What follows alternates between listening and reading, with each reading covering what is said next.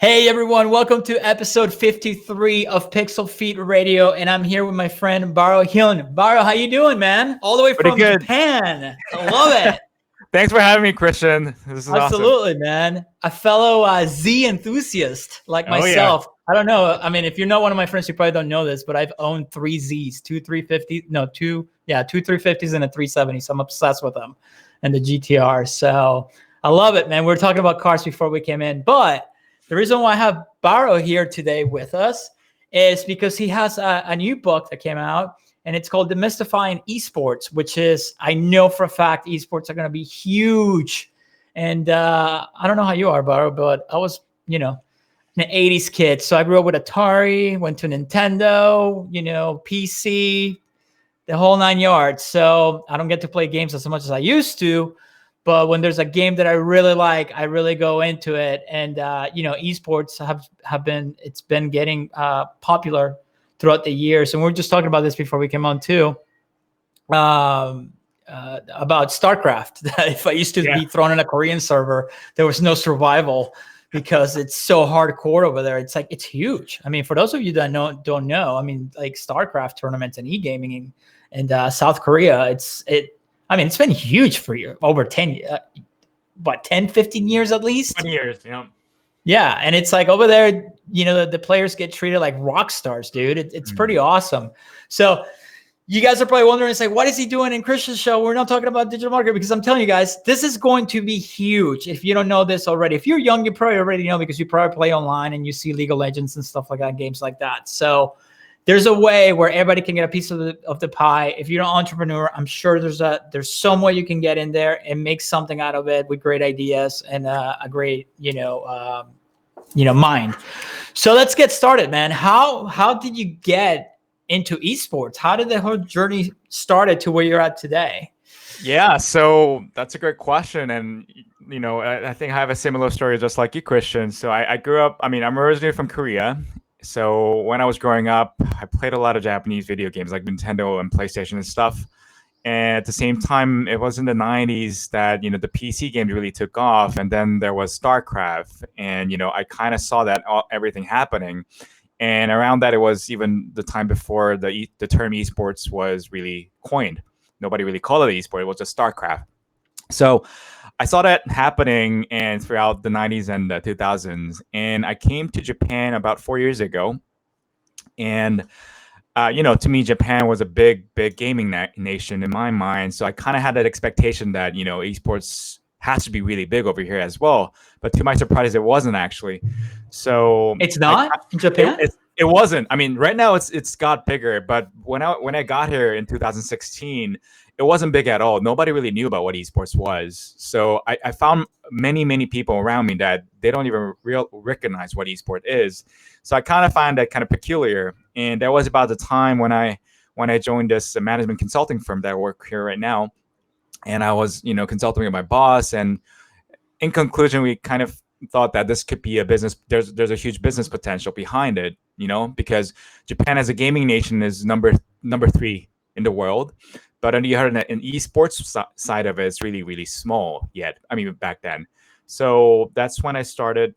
I launched this esports advisory at my firm. And it started as a side project, to be honest with you, because I was a tech consultant, given that I was trained as an engineer. So, but that side project really took off in 2018 because, that's when the media was really hit by esports and a lot of things happen nationally over here. So right now it's a full-time commitment and I have a team that I lead right now. So that's pretty much in a nutshell. That's a lot. I know. So, okay. All right. So I'm trying to figure out where to even start. So let's talk about the book. So what do you cover in the book when it comes to, you talk about the demystifying esports? What do you go into that you're cracking open and putting out there for people to learn, basically? Yeah, I'm glad that you bring that out because you answer part of it. It's a story about South Korea. So it's a story about how it started. The thing called esports started in the 90s and how it went big. and how it went through all this up and downs, and as of now, how this country, South Korea as a country, is like integrated culturally with esports.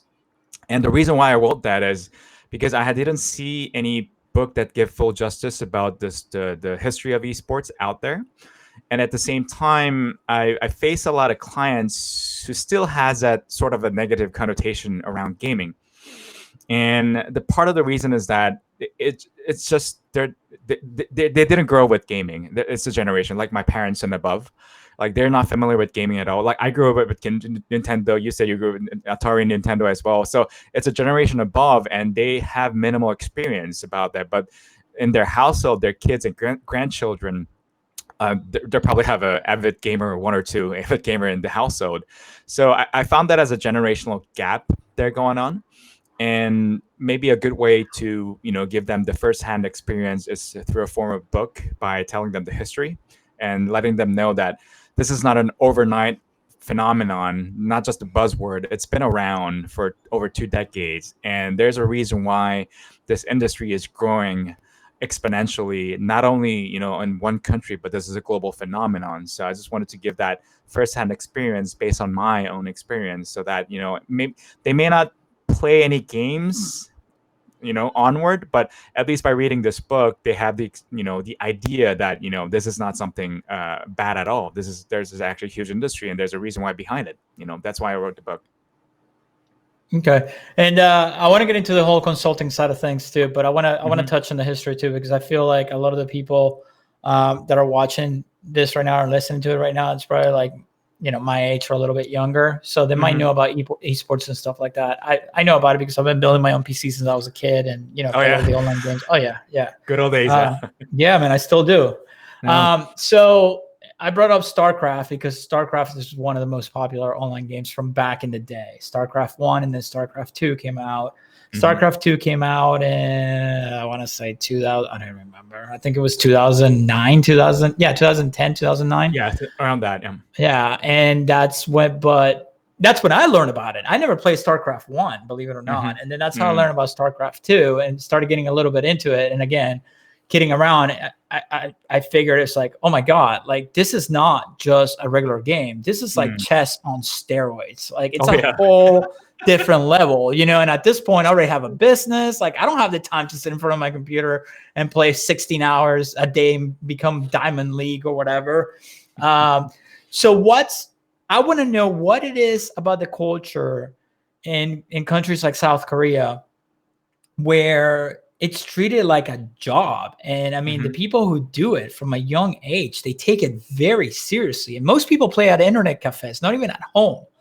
So what's the typical journey from a kid who just starts playing, let's say, I don't know, I keep saying StarCraft because that's the only game I can think of right now, but starts playing X game. And what is the journey like? How competitive it is? For somebody to make it into one of the pro teams, what is that journey like for people to understand? Because over there you can make a great living, and now here too. So with everything that we have. So what's that journey like for a typical kid? I imagine you have to be a kid and just grow up with it. There's no way somebody like me at 40 years old is just going to jump in without the reflexes, right? Because when you watch this API, what is it called? API keyboard shots. I'm like, dude, that is insane. Yeah, I know. It's like they call it, like, if you're like, at least in the world of StarCraft, like the RTS or so-called world, if you reach 25, you're already too old. Yeah, you're ready for retirement, right? That's what they say. I believe it. Right? So what? Yeah. So back to your question. Yeah. So what? What's the journey like? So let me give you the historical point of view, and that this is exactly what I wrote in the book in more detail. But what happened? So it didn't really happen overnight. There were a series of events, business events that happen serendipitously, and that lead up to a whole industry. So the first thing was that there was StarCraft. Before even StarCraft, there was the PC, the net PC, that got more popular in the household. So there was a demand. So before the StarCraft really took off, there were the type of games that got popular before, such as MMORPGs, like RPGs playing online. So that's a lot of the people like my generation that was the first experience to actually have that online gaming experience in their house. But then StarCraft came out and it was a huge hit. And what happened afterwards is that, everybody played StarCraft. At least a male student, junior high school, or elementary, everybody was playing it. But not everybody owned a PC at home. Luckily, I don't own one, but not everybody had it. And also, not only that, you need to have a secure network environment at your place. And back then, not everybody had a secure LAN environment.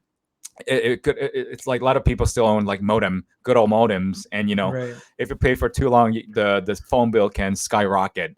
So Yeah. I got yelled at a couple of times for that one. exactly. You have angry mothers all over the places.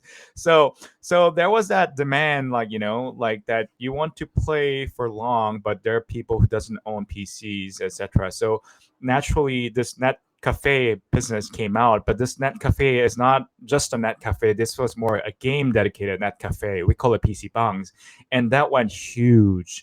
We could find these PC Bangs anywhere in the country, and that really helped grow the community base of people playing StarCraft. So that was just the beginning.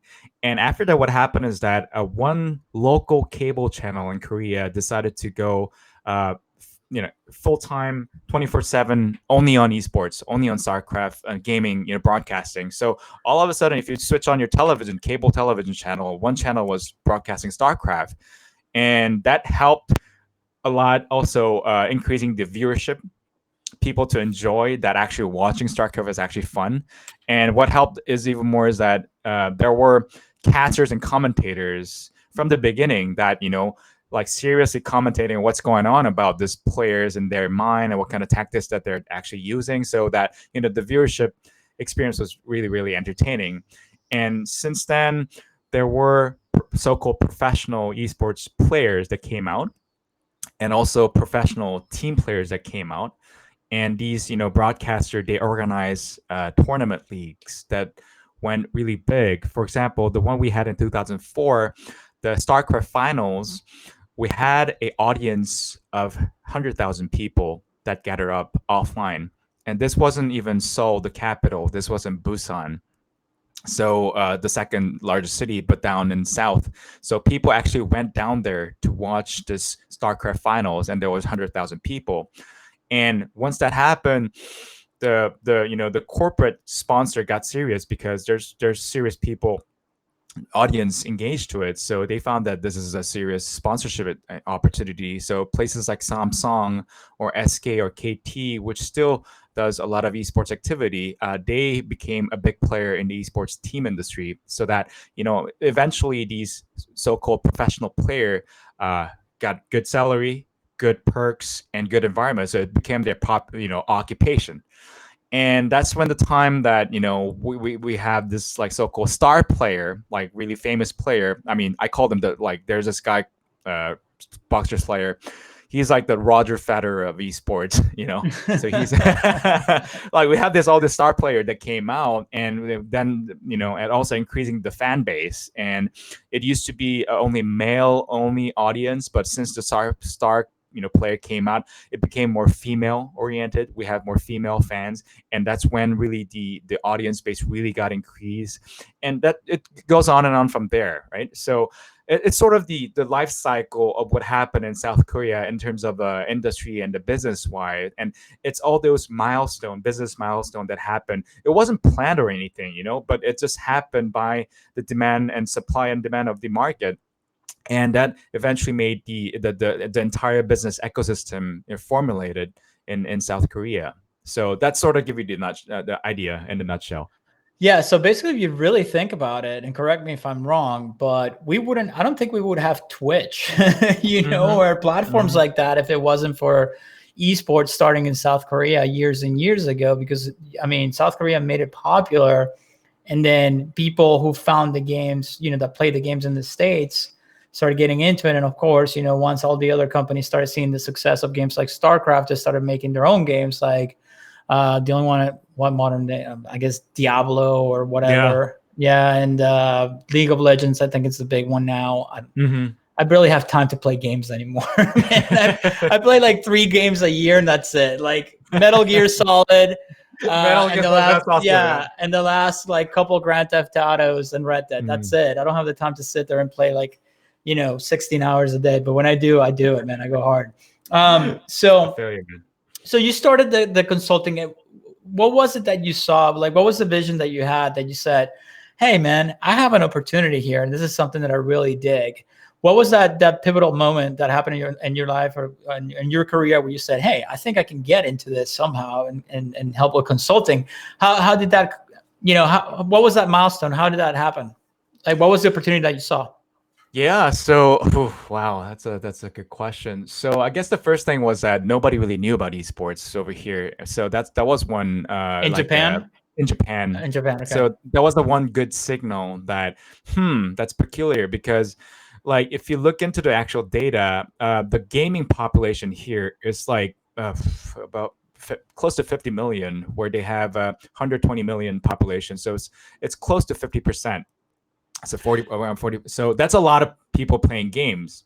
Yeah, but if I correct me if I'm wrong, because I haven't looked into it in a while. But and I've never been to Japan. I was talking to you about it, that I was going to go for the first time, and then this happened. But if for what I've read and for what I've seen and for what I understand, like the way Japanese culture is, like they're really hardcore about domestic stuff, like PlayStation only. Yeah. Like Xbox could never break into the market over there. Yeah. And a lot of the games that they play is those arcade games. That's basically gambling, even though it's illegal, right? Gotcha. But there's a way around it to cash in the money. Right. So I find it very interesting that Japan it's like how do I put it? It's like an enigma to me, because on one hand, you have like one of the smartest civilizations in the world that can create all this crazy cool technology. But at the same time, there's like an old school culture to it at the same time. Like still it's like the business card ritual, and like not everything is super duper, high tech. So, it makes sense that I guess it wasn't that big right away like the rest of the world because of the difference in the culture, right? Yeah, exactly. I mean, it's exactly what you said, man.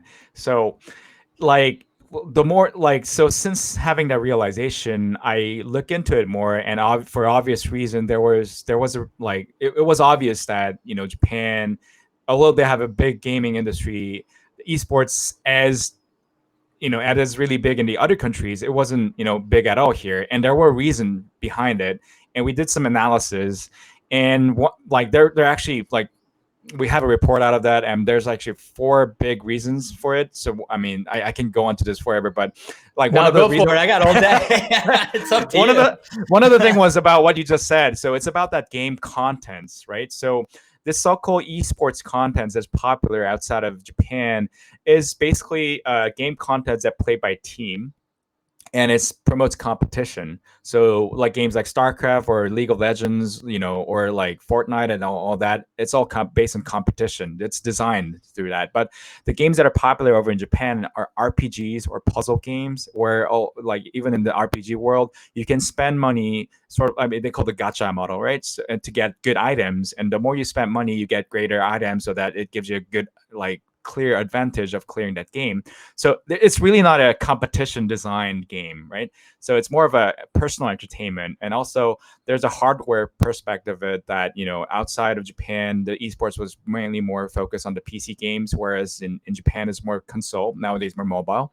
So there was that. And part of the reason has to do with the existence of the Japanese game publisher influence. So that's one. Another one is the sort of the negative connotation around gaming itself. I mean, although there are a lot of people playing games, it's still a guilty pleasure, right? So you can see plenty of people in the subway or anywhere where there are people, they're playing games on their mobile phone. But when it comes down to say, do you want to do that as a full-time job as a player? They will go like, "What are you talking about? Are you nuts?" So there's that that impression about gaming, around gaming, because it wasn't more than just a personal entertainment. So that's second.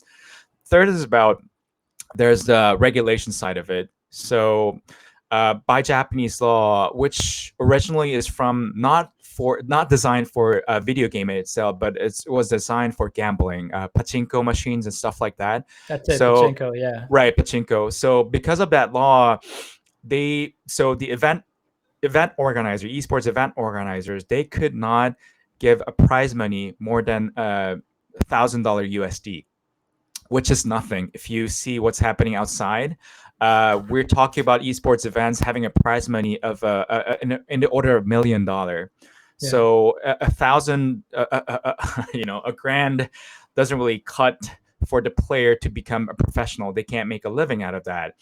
And so that was a huge issue regulation wise. So but now we have a workaround around since a few years of hard work of the Japan Esports Union over here. That was the third reason. And another one is that the last one is about sponsorship. So a lot of these prize money is comprised of corporate sponsorship, but there weren't many major corporate sponsorship who are willing to provide that sum of capital, and that it'll become a good source of income for the players or the team. Whereas if you see overseas, we have places like Red Bull, McDonald's. For example, McDonald's announced that they're going to stop their sponsorship deal with the Bundesliga in Germany, and they're going to go full on esports sponsorship for the next 10 years. So we didn't have that sort of major sponsorship kind of support here. So that kind of also blocked the growth of esports industry over here. But that was the situation when I started.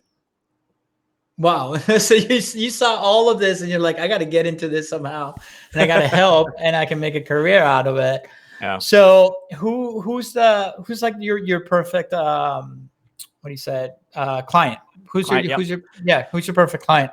Yeah. So just to give you an idea, the first thing we started was, it's still a small market, and although we are management consulting, like we didn't want to start as a monetized opportunity, because we wanted to make sure that esports, if it's going to grow, it grows in the right direction. So the first thing we did was education. So we started teaching at a university, K University. It was an esports dedicated course that never had before, and it was really well received, and that's how we started. And as we go, we did more marketing campaigns, letting people know that there's a thing called esports, and there's big business behind it, and you should take a look into it. And our message to our clients was that pretty much our punchline is that before esports gaming, the market itself was really what I call a player centric. So it was really about the game publisher who creates the game and the player who plays that game. And that's pretty much the core part of it. But what changes since it became esports is really about the viewership. It's fun to watch people playing game, and that becomes money. And based on that, that paradigm shift, there's so many different business stakeholders that went in, like, for example, sponsors, event organizers, professional teams, a broadcaster. These are all new players within that business ecosystem, which is very similar to traditional sports, by the way. So our message to the clients is that you don't have to make games to enter this market. There are just so many different angles that you can get into it. You can be a broadcaster, you can be an event organizer, you can own a team, you can own a player, you can own a facility business, etc., etc., etc. So for a company, this is a new business opportunity, as well as this is a new marketing branding opportunity, depending on how they frame it.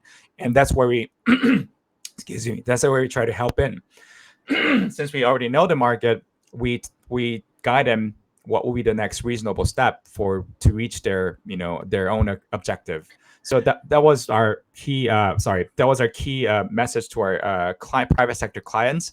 Then we also got reached by the government here in the Japanese government, because the Japanese government, what they promote is they already know that Japan is a huge gaming nation, which means that they have a lot of IP.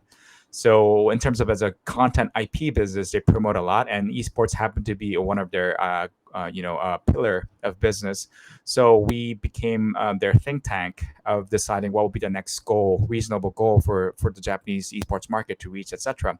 So to summarize up, we basically do education, also do consulting work for private sector, but also do a think tank for the government.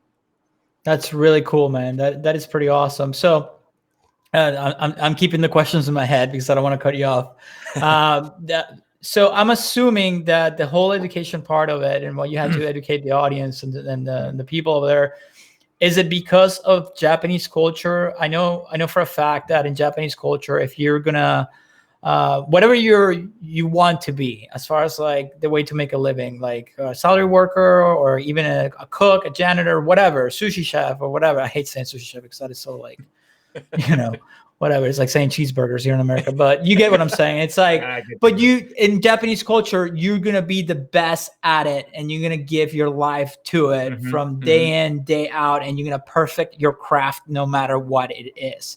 So do you think that they were just, as a culture, it's just something so new, they're afraid to take that risk of that leap of living a good life because they don't know where it's going to go? And that's when your firm came in and showing all that education and educating the culture behind it, I'm assuming.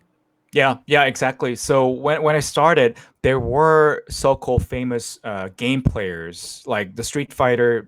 There's this legendary player, a couple of players there. There's a Bomberman, a very famous player. Oh my God, Bomberman! Man, I haven't played that since I was a kid. Yes. Yeah. Right. So there are famous, almost to the level of celebrity here, who's really famous out of that. But that's it. And it's not like for example, what I've seen in Korea or outside of Korea nowadays, that, it's not as like an occupation. They're more of a celebrity. It's not like a full-time job. And what I've seen in Korea is that the breakthrough happened once that, these player makes a good living. It's just like, YouTuber nowadays. I mean, you're doing it, right? So like, if you make a good living based on being a YouTuber, the society changes, the perspective of the society changes. And that was what I felt it was lacking over here, that, it's just the source of income wasn't stable enough. So, but since then, now we're having a huge explosion of number of professional teams locally here. So since like the time when I started 2.5 years ago, about 3 years ago, and compared to that to now, we have about, I don't know, a good, maybe close to 100 professional teams.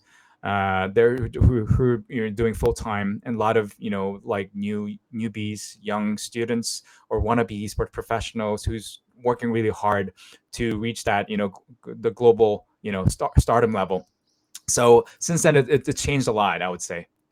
It's funny though that, and I'm thinking about it while we're talking about it, is that, you always read in the comments, like on ESPN or something like that, when they talk about esports, it's like, oh, that's not real sport. So blah, blah, blah, which, okay, once a physical sport, the other is a mental sport. Okay. It still takes a level of skill to do it. And it's usually the people who probably never played games. Right. Yeah. And then the second thing, it's like, well, why do people sit around and watch other people? Like, I don't get it. My kids are sitting around watching other kids play games. I'm like, and I'm looking like, dude, my friends used to come over to my house and we used to play Street Fighter and Contra and Mario. And we will all, like 10 of us, we will sit there and watch.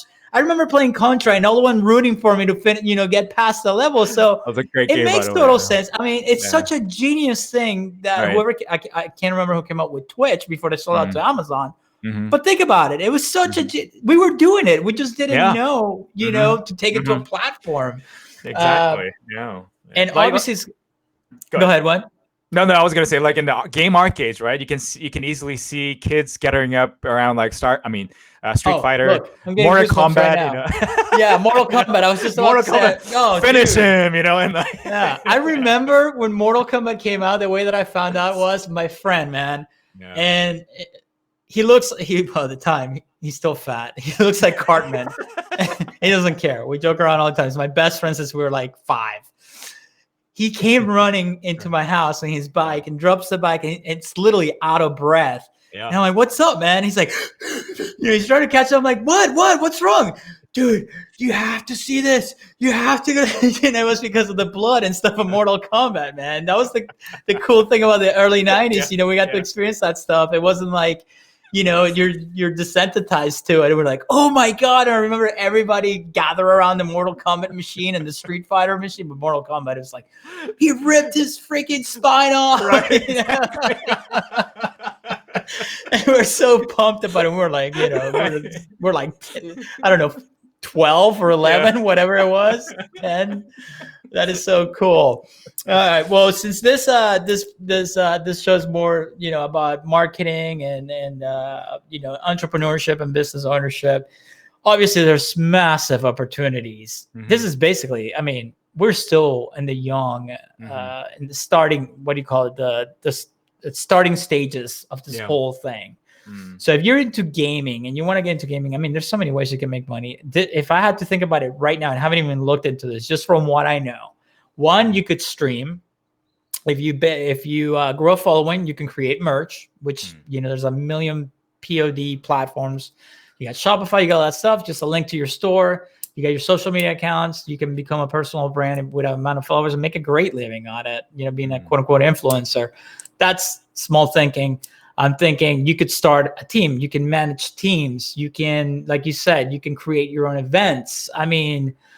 What if somebody's thinking about it? They love gaming and they're obsessed with gaming and they want to go into it and make a decent living or build an empire. Like, what are the opportunities that are you seeing right now in the world? Not only Japan, but like, let's say the US, it's still not huge here in the US or even Europe. I don't even think it's huge in Europe yet. What are the opportunities that are you seeing? What's your prediction? If you had to make a like, obviously it's going to be huge. My prediction is that some of these kids are going to get paid like NBA money at some point. It's going to happen. It's just a matter of when. You're going to have sponsorships. Maybe it's not going to, well, I'm sure Nike will get in there somehow, wear a t-shirt or something or a hat. Obviously keyboards, hardware, that's already there. But what do you see? What type of opportunities do you see for somebody who wants to really start doing the research and want to, get into it? Yeah, that's a great question. And it depends on, what your business is, or like, I would say, like, for example, I tell my clients, corporate clients, that every company should consider owning their own esports team. I didn't even think about that. The reason why is that it's like, for example, it's way more effective than just a advertisement, for example, of your brand. Brand slapping doesn't work as much as it used to do before. And owning a team means that you're creating a story, a narrative of your brand through that esports team. And it's just, it's just in a different medium than traditional sports. It just happens in the game. And the audience happens to be very young and growing. And that, once a gamer like us, we don't play a game on an active basis, but they're going to be a gamer at their heart, and they may, even follow what's going on, Oh, dude, I'm telling you right now, when Grand Theft Auto 6 comes out, you will not see me for like at least a week. You won't, because it's like, that's like my, how people go to the movies because they want to see a movie. No, that's like my movie because I only get a couple a year, if that. And a game from Rockstar is every 10 years. Yeah. So it's like a whole thing for me. Yeah. Right. Because we get old, right? We get old. I have a kid now. Have responsibilities, work. I love what I do, but time is not the same. So you're right. At one point, if you're not in that world, you're not going to be playing games 24/7. But you still follow, right? Like the news. Yeah, I do, and I'm still passionate about it. So there's a special place where once a gamer, is still follow. It's still that commitment, right? So that's really strong. A very strong selling point for brands. That brand commitment. That's one. And another thing is that for example, if you consider, for example, owning a traditional sports team. Say you want to own, like, I don't know, a Dallas Cowboys, you can't own it. Just Yeah, Jerry's not selling the Cowboys, man. He's going after his son. I lived in Texas for 10 years, so. Oh, sorry, yeah. So I'm telling you right now that Mark Cuban, maybe if you make a good offer, he'll sell the Mavericks. But no, See, I guess the point I'm trying to get is it's the amount of money, the capital that you're gonna need to own a traditional sports team. It's gonna be astronomical. But compared to that, owning or launching an esports team is very, very cheap because facility wise, you need a minimal facility and gears. You need computers and good network environment. Which well, hold on. Mm-hmm. That's the other thing, because I remember seeing a documentary on the StarCraft players in South Korea, and I mean the house that they lived in, it was hardcore, man. It was like the military. It's like you wake up at X time, you have breakfast for your team, you go over strategy, you play for I don't know how many hours straight, then you go outside and play soccer or something just to go outside, and then you go back, play I don't know. Yes, different. It's like a playbook, like like football. Like they have playbooks, and it's real. That's what I tell people. It's like the real deal, man. It's not just going in there and playing a game. It's there's a lot that goes into it. So you have to have discipline and structure, and you have to run that team. Coaching, directors, I mean, it's really the same kind of team structure, just like a traditional sports. So you need to have that in order to become a professional. But I guess, what's different with the traditional sports is that you don't need the same space as you would need for, say, owning a soccer team. You don't need a stadium or that, a practice facility as big as that.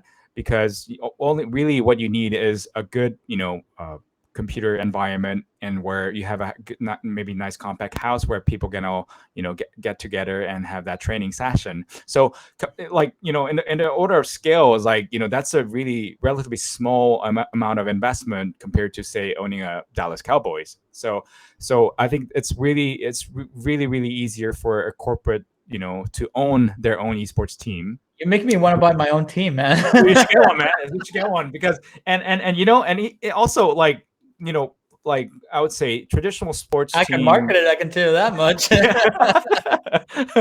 Exactly, right. And it's not only about esports team. It's not only about winning the game. It's like being good and winning. I mean, that's one for sure, and you become famous out of that, winning the tournaments. But it's also about streaming, as you said, Christian. So it's about creating contents, entertaining content, and a lot of the team nowadays, they do both. They also compete in competition, but they also create their own content. And for example, one of the popular content is just showing the practice session of these professional players, how they play the game. And a lot of the players, the users, they watch them and learn a lot about their tactics and their little bits and know-hows and skills. And they give donations to YouTube or like that, which you can already do with the online broadcasting platform like that, like a super chat and stuff. So it's this is the other thing about it though that I haven't really looked into. But so obviously, again, I keep bringing up StarCraft because it's the only one I can think of that I grew up with. But obviously, there's many games out there. So my question is, how are we going to know which is going to be the best league to be part of? I guess you could call it a league.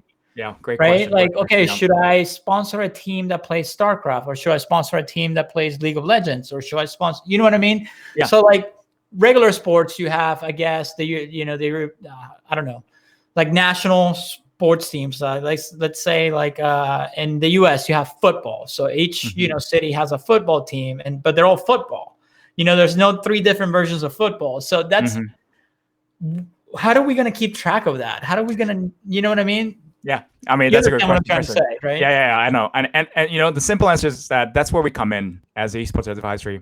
So we consult with our clients that what are their goals, what are the kind of users base they want to reach, because as you can imagine, right, depending on the game, depending on genre of game, it's a completely different user base.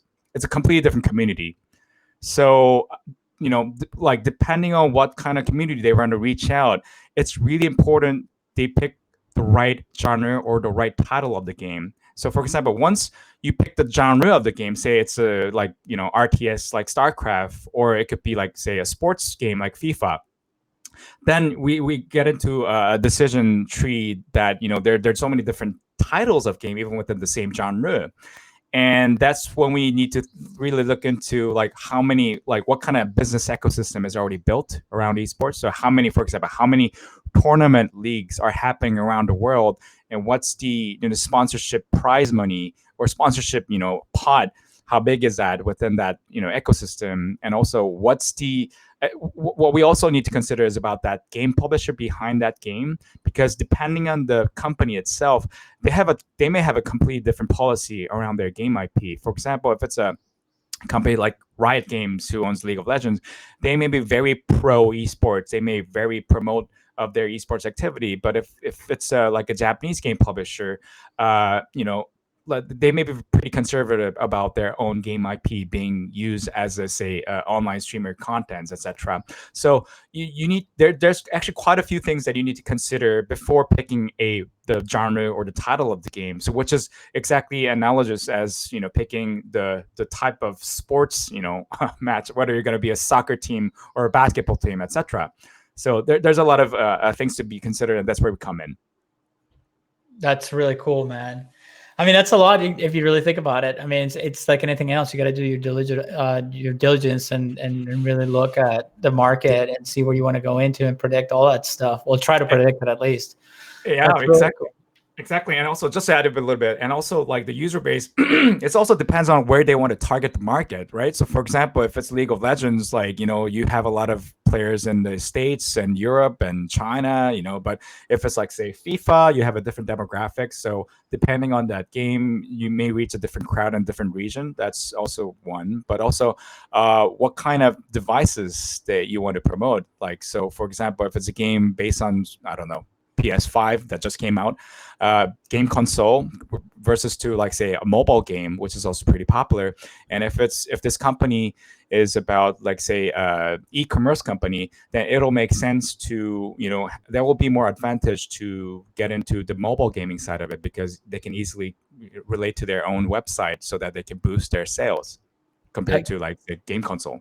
I keep dismissing the whole mobile gaming side of things because I never play games on my phone. I don't know. I just I get distracted by everything else. It's like, I'll scroll through TikTok for 3 hours, but I won't play a game on my phone. So what do you see? All right, we're starting to run out of time, so I don't want to keep you too long. Where do you see your firm in the next? I would say 10, but I wouldn't say 5 because technology moves so fast when it comes to this stuff. Where do you see yourself in the firm in the next 5 years? Like growing in Japan or expanding internationally? What do you think you're going to be at let's just say 5 or 10? Just have an idea. Yeah. So luckily, we've been already having quite a few activities outside of Japan, and since so we have a huge global network, and my team happened to be the first one who started doing business in this space in esports gaming. So all the other offices around the world, they reached to us for local client, engagements. So which is a very, really fortunate thing. So I would definitely say that our, international business space will increase. And at the same time, we started off as the esports side of the business, but where we're getting into it nowadays is really on the gaming side of the business, where the IP holds. So for example, a lot of the games nowadays, they do what's called in-game sponsorship. So for example, within League of Legends, there are, say, MasterCard having their logo in there, or their Honda having their logo inside the game. And that's become a pretty more popular practice nowadays. So this sort of like association of game companies with large corporate sponsors, that's going to be, I think there's going to be more popular along the way. And that's sort of the thing that as a firm, we have a strength in the B2B business side of it. So I think we're going to be more accelerated on that side, helping the B2B side of the business for the game companies and also the esports side of it. That's really cool, man. I can see that. Yeah, that's gonna be big. Are you kidding me? I mean, they're already doing it, so you're just gonna take it to the next level, right? So yeah, especially in COVID, after COVID, right? So all these sports matches are basically done. You're not seeing anything, and so it's prime time for companies to think differently. Maybe they want to ship a little bit of their sponsorship fund towards gaming, and it's like I told my clients when it first hit, when the COVID first hit in the US. Everybody panicked. So everybody's like, the first day wanted to pause budgets because they thought like this is going to be the end. I'm like, all right, okay, we can pause budgets, but you guys got to like, let's chill here. Like we can't just react. And I didn't know what was going to happen either. And then I looked, we waited a day, and then I told them, like, listen, the moves that you make now, it's what's going to make you successful in the next 3 months. So this is up to you. But I'm just saying, everybody's going to be locked up at home with nothing to do, and the government's going to give them money. They're going to be buying stuff. And sure enough, man, 4 days later, we were seeing traffic like Christmas and Thanksgiving, and that lasted for a good, I don't know, 3-4 months until the money ran out, sadly. And we didn't know. Also, we didn't know at the time we were going to be almost a year later, we're still locked up. You know what I mean? We're supposed to be locked up. So that's why you can't predict the future. But Baro, thank you so much for coming on, man. One of the best conversations I've had since I've been doing this. Where can people find you? I know I'm going to put the links in the description, but if they want to get more information, the book obviously is on Amazon. Anywhere else? The name of the book is Demystifying Esports, and it's by Baro Hyun Here. Other links where people can find you or the company? Yeah, so I'm pretty active on LinkedIn, so look me up on LinkedIn and feel free to make a connection. And also, if you just want to shoot me an email, you can reach me through demystifyingesports@gmail.com. Awesome. All right, Baro, thank you so much for coming on, man. I really appreciate it. For those of you watching on YouTube, remember to smash that like button, subscribe. And for those listening on the podcast side of things, thank you for listening all the way through and subscribing. And Baro, I will talk to you soon, man. Thank you so much. Thanks for having me, Christian.